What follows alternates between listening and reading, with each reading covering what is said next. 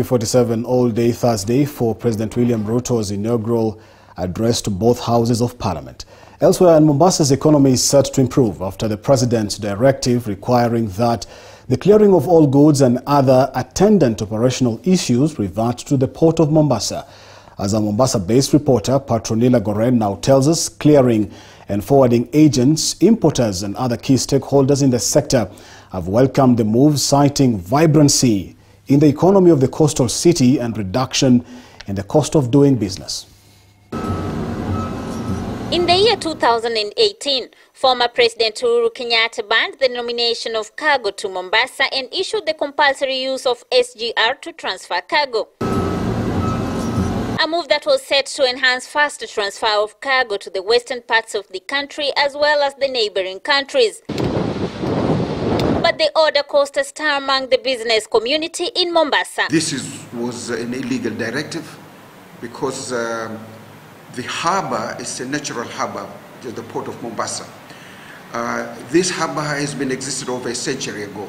To render the port of Mombasa as a transit, literally there's no port in Mombasa. The cost of doing business was high to begin with, because to move a container via SGR had a difference compared to road, had a difference between US $300. Experts also revealed that the move was set to ensure that the standard gauge railway SGR has minimum guaranteed business to repay the 450 billion debt secured to build it. This marginalization, it is ongoing.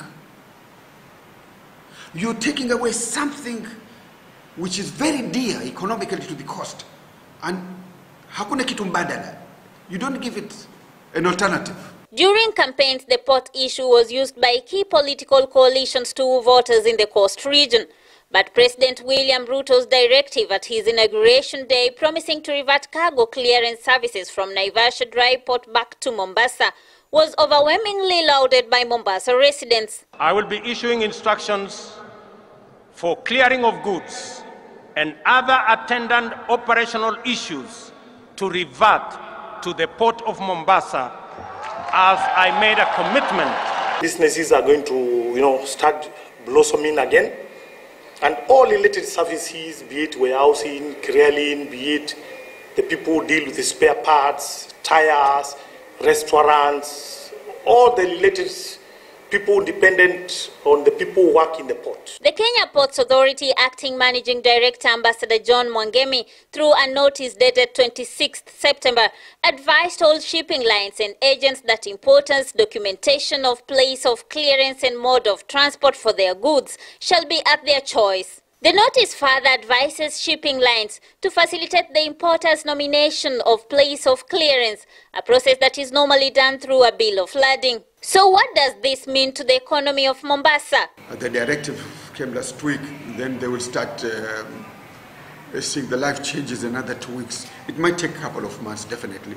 And for this directive to be effected, it means from now on, when people now order their goods from outside, then the implementation, it will be seen probably another 2 or 3 months from now. According to a section of stakeholders, the choice of place and mode of transport for transfer of cargo will offer free competition in the market for rail, port, road, container freight stations and inland container depot, which will bring free level ground of doing business, bringing an end to the previous monopoly. If the government wants to make it cheaper, so they must compete with everybody.